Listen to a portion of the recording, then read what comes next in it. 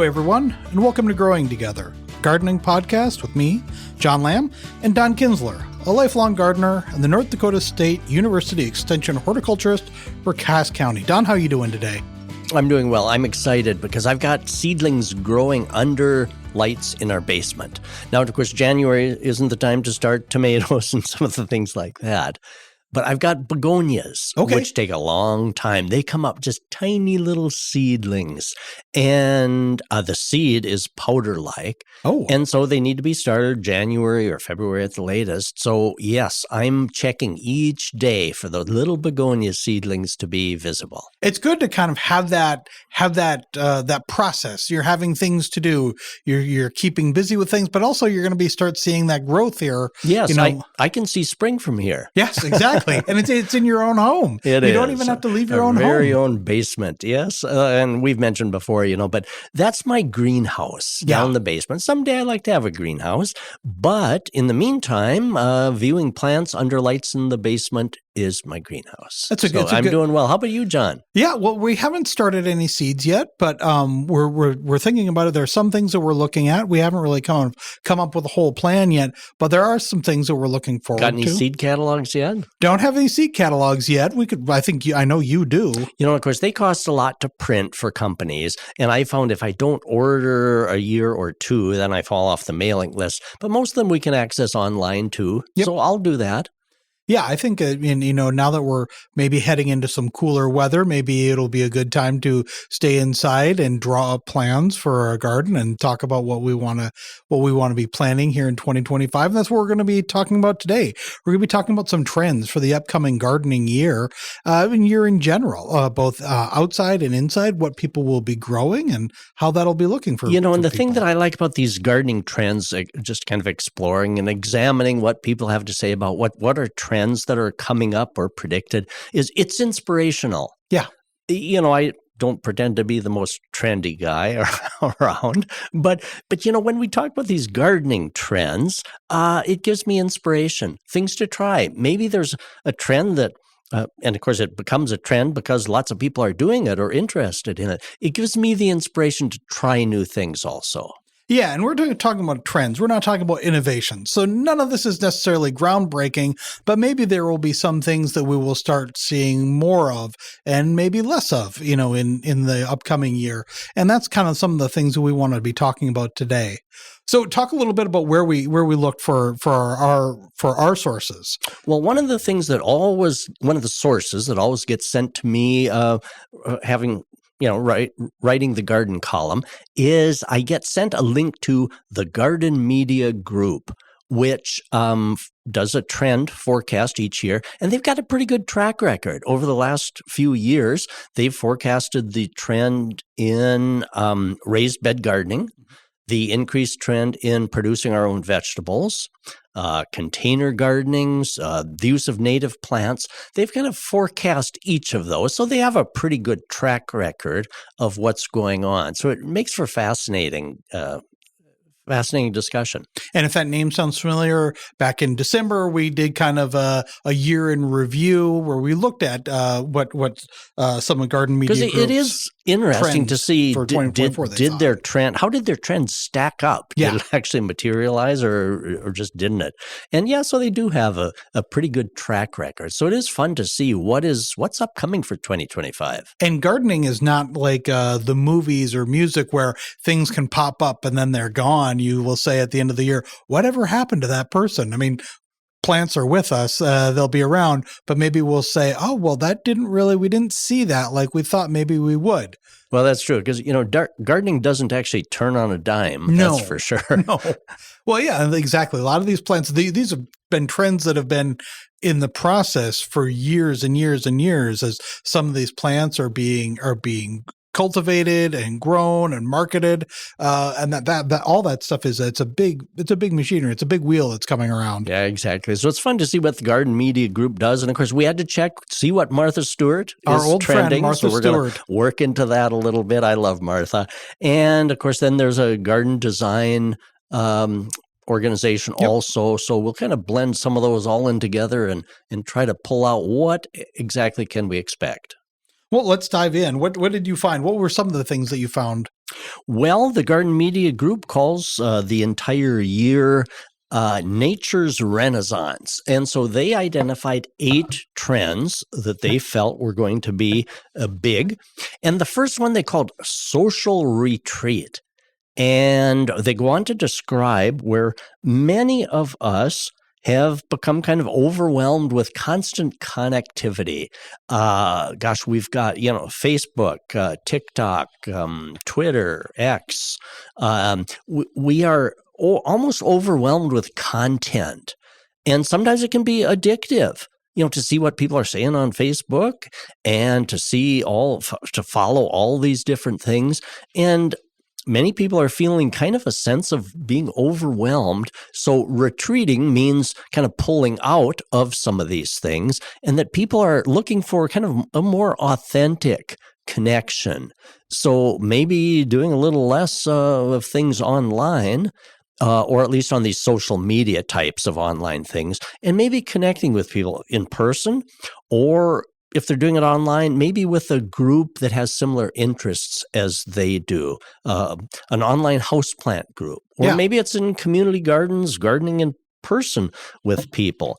So, in fact, they said that about 50% of users probably are going to, reduce the amount of time that they're spent on some of these social media.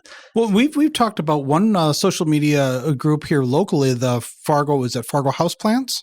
Yes. Fargo Moorhead Houseplants. And that very is active group. Very active. And it's, if you good information too. Really good information, especially on things like a lot of people will post about where plants are on sale, what plants are available, things like that. And also if people need to, divest themselves of some plants, or if they need to, if they're offering clippings or things like that. But so, it's not necessarily getting rid of all social media, but maybe it's paring down to what really matters to you. Yeah, and making choices about the things that we do, the social media type things that we actually do want to participate in, rather than just kind of the constant barrage of it. And for gardeners, that's a local I good think one. many of us kind of feel the fatigue of that.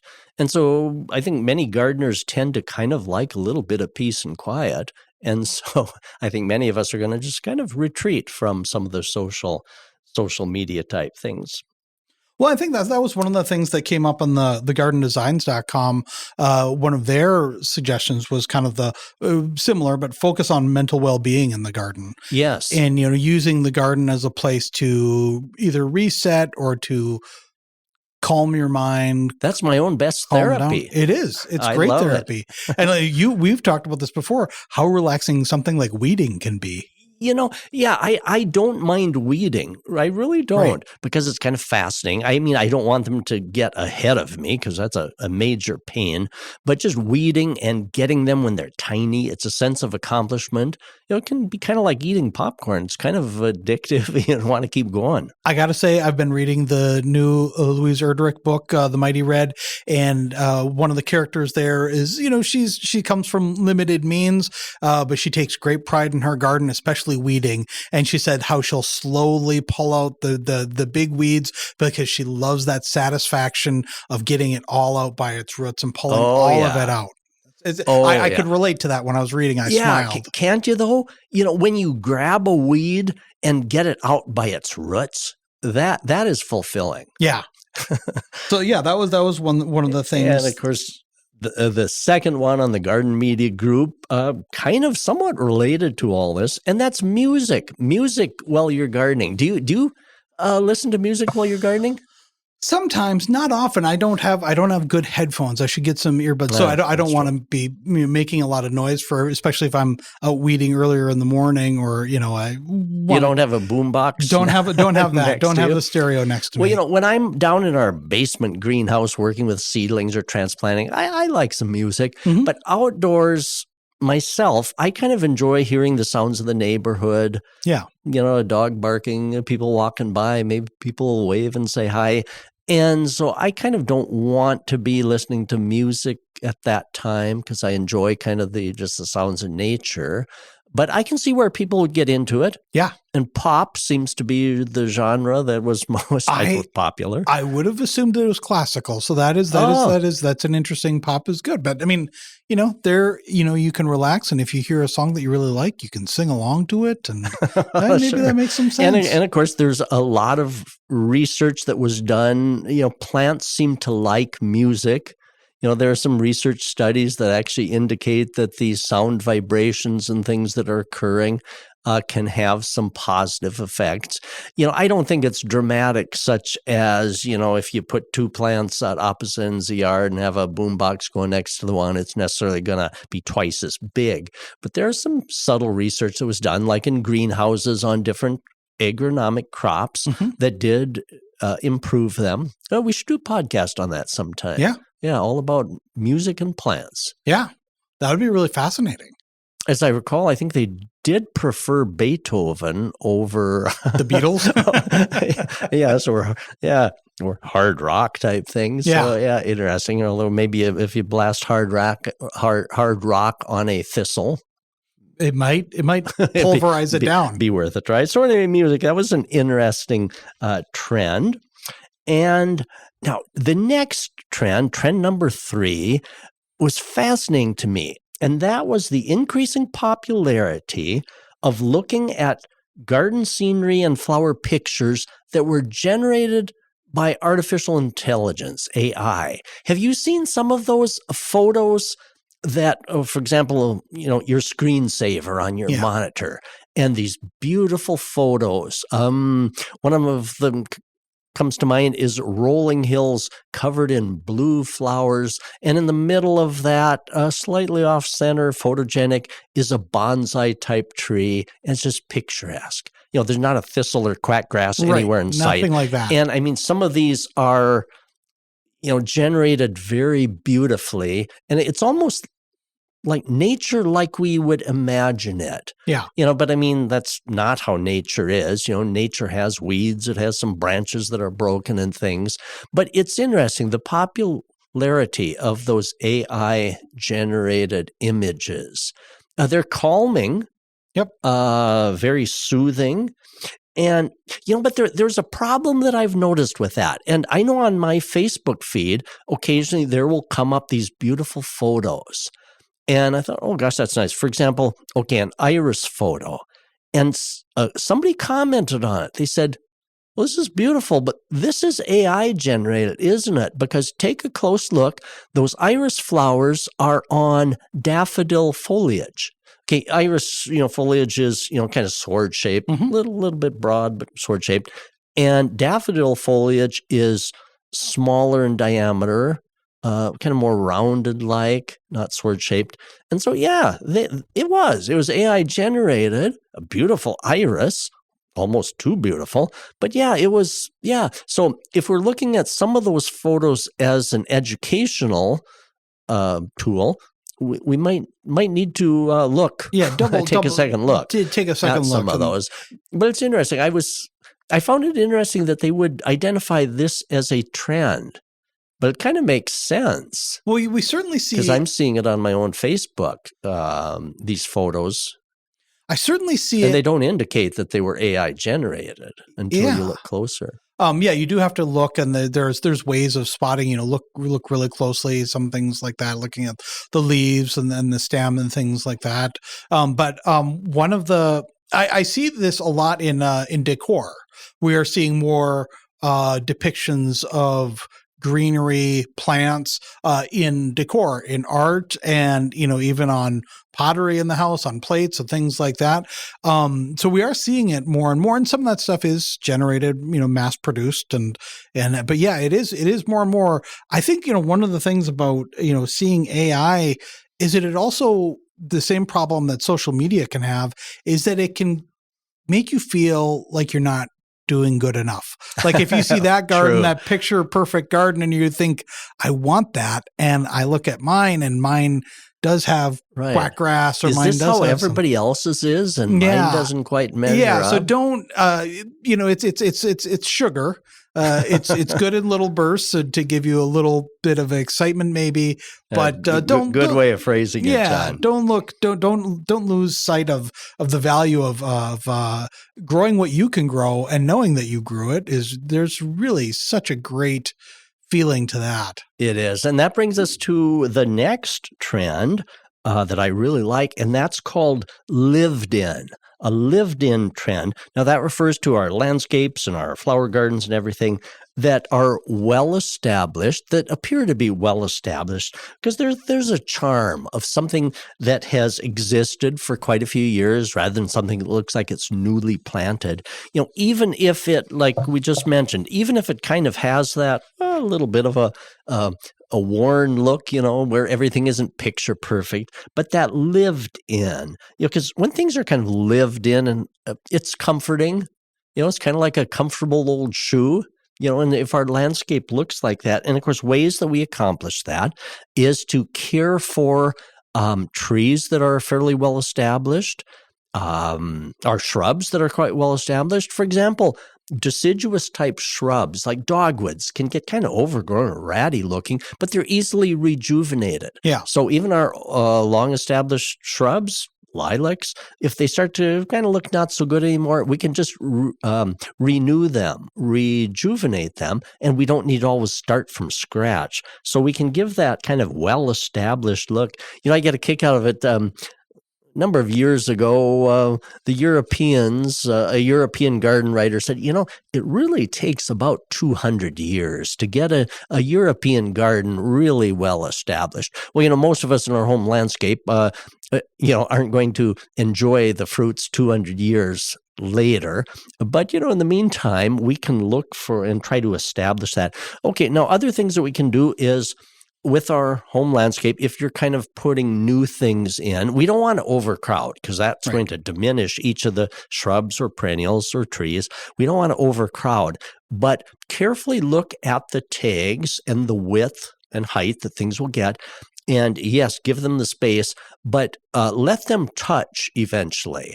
Because when your ground is covered, that cuts down with the weeds, if there's less bare space in between. And that also gives that feeling that it's more lived in. It's a longer established landscape.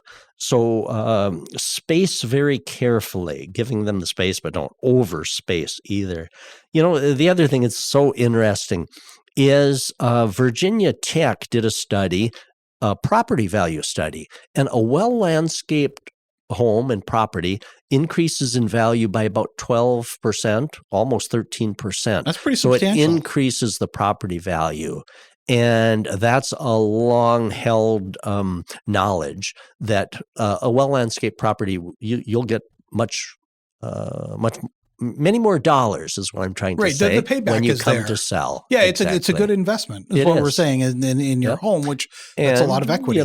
Most of us don't just do it because we got dollar signs in our head, but as long as you're enjoying the beauty and doing it, that's a nice added benefit. Yeah, and that's the thing too, is that keep that in mind, because we know that buying as many plants as you want does add up. It does get expensive. It does. But if you consider that as kind of like a doable home remodeling project. I mean, it's not the same. With a good payback. It is, but it is a good payback. It is, because it's also something that you get that payback every time you look at it. I think, it's like if you were to add a second bathroom, you'd get that payback every time you use it.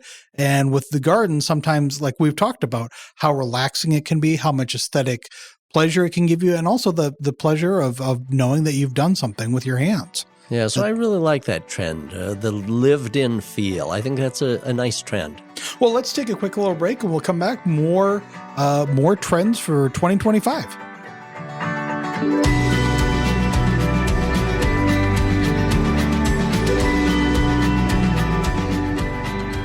Get 3 months of local news for just 99 cents a month. You'll get unlimited access to the news you need to stay engaged and connected to your community. Visit inforum.com/subscribe now to get 3 months of local news for only 99 cents a month. All right, we're back and we're talking gardening trends for 2025. We're kind of going down a list that Garden Media Group, or a reputable source, put out for some of their trends, and then we're kind of comparing that with some other sites that we've found. Let's talk about it's number 5 on their list: living fence posts. Fences, yes. Living fences, yes. Yeah, living fences. Now, that can mean a couple of things, and so I see this as being a really good trend, so I can see why they identified this for 2025. And that could be creating a hedge. Hedges were really popular in the 1940s and 50s, trimmed hedges. So hedges are making a comeback. And of course, a hedge is, the same type of plant or shrub, planted fairly close so it becomes a uniform, a living fence. But now, even if you don't formally shear them, but let them grow taller for privacy, you create that living fence. A cotoneaster, which is one of the most commonly sheared hedges formally, that, if allowed to grow, will get 8 feet tall. So it'll create a nice visual barrier between your yard and the neighbor's yard, so give you some privacy. And of course, that living fence is all about 2 things: creating that visual space barrier, a dividing line with your property, but also giving you some privacy for your back deck or patio. In addition to just planting a hedge like that, maybe a person could use screening type trees. Mm-hmm. For example, ornamental flowering crab apples are fairly low-headed, so even one of those in the backyard or side yard can create that living fence. Also, if you've got a wooden fence or a chain link fence, you can create those into, or recreate those into, that living fence with the use of vines. Yeah. Even now, a wooden fence, not all vines will cling to wood. For example, clematis can't climb on wood. That needs a little assistance. But you can put some chicken wire or other means, a lattice of some sort, to allow that clematis to climb up your wooden fence. And so it converts a wooden fence, kind of a hard material, into a nice flowering or living material. We inherited Virginia creeper. Oh, sure. That was there before we moved in, and we put in a fence because of the dog. And I'm now trying to train that Virginia creeper to go up the fence, and I'd like to see it kind of establish itself there. Yes. And I think, is it a chain link fence? No, it's a wood fence. I'm putting in things like staples that are not fully in to give them something to grow on.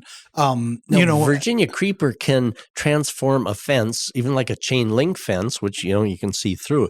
But Virginia creeper, allowed to creep along and fill that in, it creates a wall, a green wall. Now, one thing, of course, you've got Virginia creeper in place already, but its close cousin called Engelmann ivy will actually cling to wood, brick, and masonry. The difference between the two, the leaves look identical, but Engelmann ivy has little suction cups on those little tendrils, and the suction cups allow it to fasten itself onto solid structures, whereas Virginia creeper doesn't have those suction cups, so it has to rely on tendrils, which have to kind of wrap around things. That's why it'll cling to a chain link fence, but it can't fasten itself to a wood. You don't want to dig up your Virginia creeper and go to Engelmann ivy. But a person can put, like you said, staples or maybe some wire, something for it to cling to, and then it'll convert your wooden fence. With the trellis, like clematis. Look, we have with our clematis, I've put up a trellis and then strung some wire in between to kind of give it more outlets there. And other things. I think to offer that sense of screening or not clematis, but arborvitae. Sometimes we have a couple of arborvitae trees that were used in the just off of the house, and That's really nice. I remember when we moved into the house, there was a row of lilacs that were big enough that they would block out the light from the street light. And then we had to take those down when we put in a fence, but you can have a lilac hedge too, which will again offer some really nice, the flowers in the spring and a really nice scent.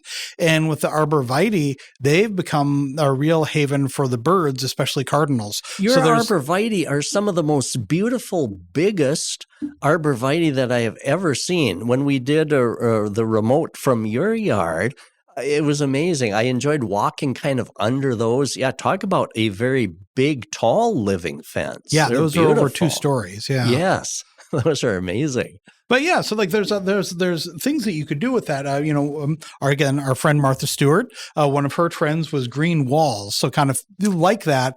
But she says, it's an excellent choice for outdoor and indoor vertical gardens. So again, putting, so maybe if you've got a wooden fence and you want to have something growing on it, that's an idea too. And you can do things too that are, we've talked about this before. You can grow some berries maybe on there, or you could do some kind of. I've seen some people use things like gutters on a fence to grow things in there too. So there's different things that you can do that can. No, I was intrigued when she said green wall indoors. Okay, I can see outdoors where you can do do vertical gardening, but when she said indoors, I thought, well, green wall indoors. I wish Martha had explained a little more. But then it kind of occurred to me at Baker Garden and Gift in Fargo, we've had Eric Baker and some of his employees on, and they have a green wall in their houseplant section. Yep. It is a wall in which pots of pothos, which is a hanging, vining type plant, are fastened. I'd have to look closer at kind of how they're fastened on, but anyway, that has created a green wall. Do you know the wall I'm talking about there? Yeah, another good example of it, and I'm not sure if they're doing it this year, the Moorhead 20 Below Coffee Shop. They've got a nice big wall that's blank, and they were growing pothos on that for a while, and so was Soul Avenue Kitchen in Moorhead for a while. And then they would have giveaways of they would take clippings, and then they would give away a clipping. So it is really kind of a nice green thing. Wall. Yeah. That's awesome. Keep it going all year round with that, with a green wall. And the Garden Media Group number 6 trend is foraging for flowers. Now, when I think about foraging, I oftentimes think about edibles, roots and berries and different things that we go out and kind of look for, foraging like that. But foraging for flowers, what a neat idea. Making floral arrangements out of things in your own flower garden. Yeah. Or maybe container grown flowers. Maybe you can trim a little here, use them as flower arrangements.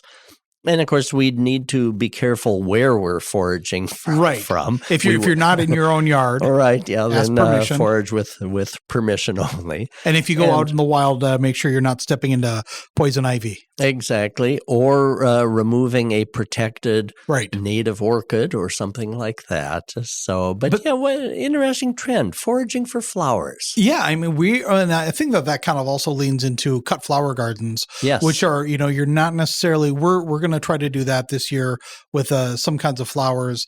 And, but it's a kind of a nice thing too, where you have the flowers outside, and after a while, maybe you cut some, you bring them inside, and you allow that to grow back with a flush of new flowers. That'll be really kind of nice. But also, if you go out, I love this idea of kind of going on a foraging hunt. I know I've got my friend Kurt. He goes out, and I know Gloria Wisegram, a friend of ours. She's gone out and she's done wreaths where she would go out and she would find looking for grapevine, bittersweet. Bittersweet's a big one. Rose hips. Yes. What are the milkweed pods? Sure. Things like that are kind of that are native to this area that you can find sometimes in ditches. That have intriguing seed heads. Bark structure. Things such as that. And when I also think about foraging for floral arrangements, and of course, the flowers in our flower garden, that's pretty self-explanatory that, wow, this would be good to cut and bring in. But, sometimes the foliage in which you add to cut flowers, peony leaves. Yeah. I've found, after the peonies have blossomed and all that, when you're looking for something to put like in a vase of roses off of your rose bush, peony leaves are beautiful.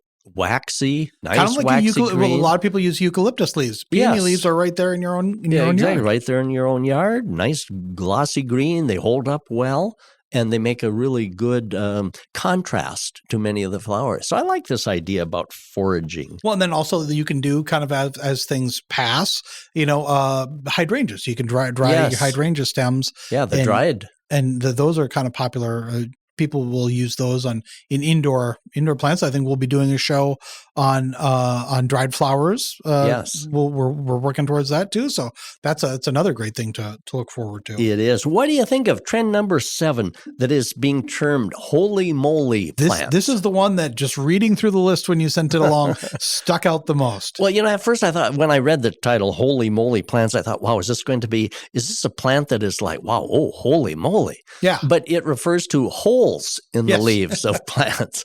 And so now holes in the leaves of plants, particularly house plants. And so house plants that have holes in the leaves or deeply cut leaves, the split leaf philodendron, the big tropical split leaf philodendron, has quite deep cuts. And of course, the Swiss cheese plant, the Monstera, a wonderful big plant. And of course, so these are very popular. When you look at some of the online houseplant groups, those are some of the most popular, these big leafed tropical plants. Again, we talked about inspiration, how these trends inspire us. And I don't have a Swiss cheese plant, but now I'm inspired. I'd like one of those with the great big huge leaves with the interesting openings in it. I'm inspired now to get one. Well, and they will last quite a long time too, won't they? Yeah, definitely. Oh gosh, yeah, because where they're native in the tropical, they become big trees and shrubs. And so, yeah, those are plants that can be with us for many, many years. Yeah, that was number 1 on Martha's list, was the tropical the trend foliage. For tropicals. And, so Martha picked up on that. Yeah, she said try elephant ears, coleus, caladium, and begonias. So she's talking more necessarily for outdoor plants, but I mean, also, that idea of the tropical plants, certainly indoors, those work really, really well. Exactly. One of the terms that is used for these plants, especially house plants that have these holes or deep indentations or cuts, is fenestration. Yeah, well, that's a $10 word, fenestration. Yeah. Yeah. And, sometimes I think in interior design, fenestration occurs or is used in relation to windows, the windows of a house. Oh, okay. Isn't the German word for window fenster? Oh, I don't know. Possibly. So fenestration, maybe. It's a Latin derivative of that, maybe.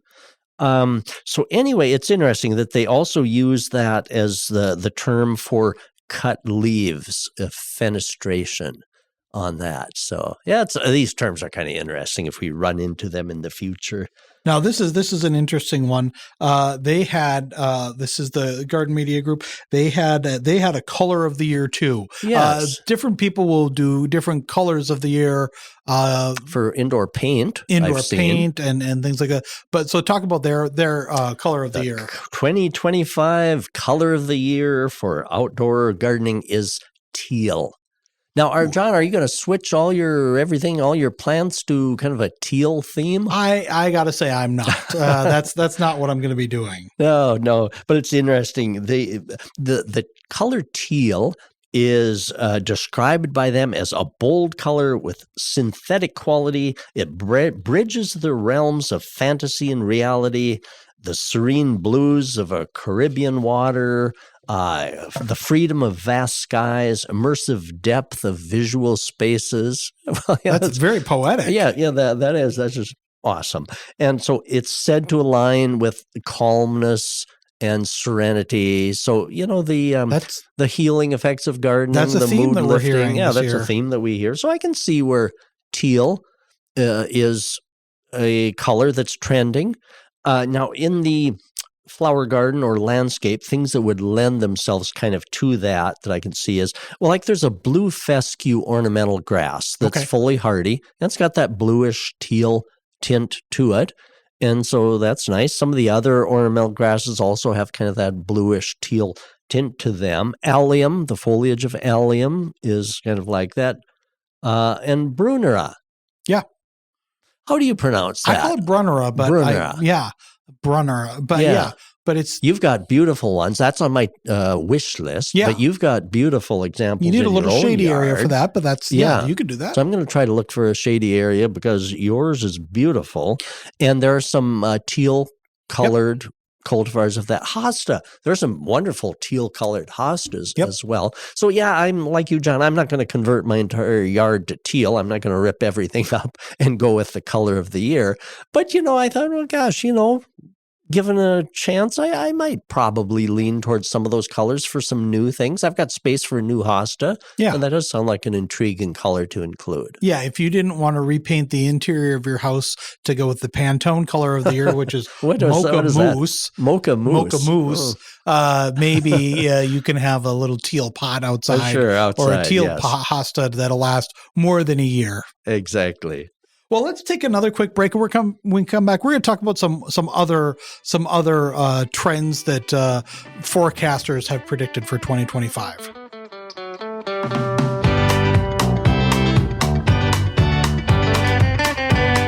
If you're loving this podcast, be sure to check out our full lineup. From news and local politics to sports and true crime, find your next great listen right now at inforum.com/podcasts. That's inforum.com/podcasts. All right, we're back and we're talking about some garden and growing trends for 2025. We went down a long list, but now we've got some other ones. We went down a long list from Garden Media Group, but we've got some other ones. We've talked a little bit about Martha Stewart's. There was another one from the gardendesign.com, and one of their first ones is it just had a name that was new to me, and it said the rise of native plants, which is we're seeing that. That's certainly been a multi-year trend for a little bit. That's going to continue, I'm sure. But, the rise of native plants and nativars. Yes. Is that how you pronounce it? Sometimes you think, hasn't every word been created that is possibly able to be created? Yeah. But a new word. They're really within the last year or so, probably. And that is nativar. Yeah. Nativar. And that term originates from the combination of two terms, native cultivar. Okay, now, there are native plants, lots of native grasses, trees, shrubs, they're native plants. But some of the native plants aren't always, they're well adapted, but improvements could be made. Right. So plant breeders have taken native plants and they've done some selection, maybe some crossing between species, and they've created kind of improvements. There's still all the value of being native. But you see, when plant breeders develop a kind of a new plant with their processing and things, it's called a cultivar, which stands for cultivated variety. Sometimes when we talk about tomatoes, we say the tomato variety, but actually those are tomato cultivars. Big Beef, Celebrity, those are cultivars. And so anyway, when they've taken native plants and tweaked them and given them kind of maybe a new trade name, then a native cultivar, that word then is combined to be nativar. So when you see that term at garden centers, a person will see it. You'll see that there are native plants such as native perennial grasses that have been improved on. They've taken two different parents and combined the good points of them. So nativars, good native plants, but they've actually, been kind of improved upon, which is nice. They've combined characteristics of different native type plants. And I know the native big blue stem. Yeah. That has some new nativar selections of it. So good things in native plants. So when you run into that word nativar, now we all know what that means. Yeah. One of the other things that was on their list, there are a number of things. But I thought this was particularly timely with the wildfires in Los Angeles, fire-resistant gardening. Oh, yeah. And that is one of the, when people are talking about now about rebuilding and codes that will maybe be put in place in Los Angeles, in addition to how the building is actually built, how the landscape is around that. And part of that, what I've seen is retention walls or having stone walls around as a border to the property to keep, so the fence, the fire wouldn't just roll right on through. It'd have a little bit of something in there, but also maybe spacing plants away from the house, which is an interesting idea. But with this one of the things with this one was this was a comment from a guy named Andrew Yeager from Walter's Gardens, which is proven winners perennials. He says, I know this isn't new to the West, but here in the Midwest, I'm beginning to hear more and more about fire-resistant plants and what makes a good fire-resistant perennial. Perhaps going hand in hand with concerns about fire resistance is an ongoing desire for plants with good heat and drought tolerance, which is something that, again, we want. We want something that we're not going to have to feed and water all the time if we're in a drought like we were a couple of years ago. We want something that'll be able to endure these kind of tough conditions. Right. So, What else comes to mind as we're discussing this is, for example, ornamental grasses. Yeah. Okay, we leave the tops, the above ground portions on over winter. But then in the spring, they need all that old fluff needs to be cut down to ground level. Occasionally, I see places that don't do that. And the new material, the new growth comes up through that old haystack. And leaving that old haystack, that is a fire hazard. That dry material in that could easily catch fire, spread. And so the importance of maintenance on some of our things, such as ornamental grasses, not only does it remove a flammable material, but the grass grows better. Yeah. So in the early spring, before the new growth emerges, yes, to cut off that old haystack of old material and remove it. So yes, I think we're all going to be a little more conscious of this type of thing. Yeah. One of the other things from the garden design was a nod to nostalgia. Yes. Which we thought was really kind of nice. Said that there's a notable increase in requests for nostalgic touches in the garden to bring senses of comfort and familiarity. Elements such as oversized dramatic blooms, relaxed color schemes, or techniques such as diagonal brick edging all give a nod to gardens past. With their informal charm, cottage-style gardens are also resurging, evoking cherished memories while bringing a sense of unbridled joy, peace, and continuity. And while it's always fun to try the latest and greatest plant introduction, gardeners are always looking to add plants that remind them of their mother or grandmother's garden. Yeah, such as iris, peony, hollyhocks have become very popular. Yes. Yeah, they have. Really. Yeah. That's a great idea. Yep, That's great. hollyhocks. And, it's interesting, too, in some of the kind of the garden art or material that we add into it, I added into our kind of our landscape, I added 2 metal lawn chairs of the 1950s type. Yep. They're bright yellow. How do I paint a picture? They're kind of the folded leg. The kind of curve. Yeah, the white folded legs and the chair itself and the backing is yellow, kind of rounded like back. You might see outside metal. an old motel door. Yes.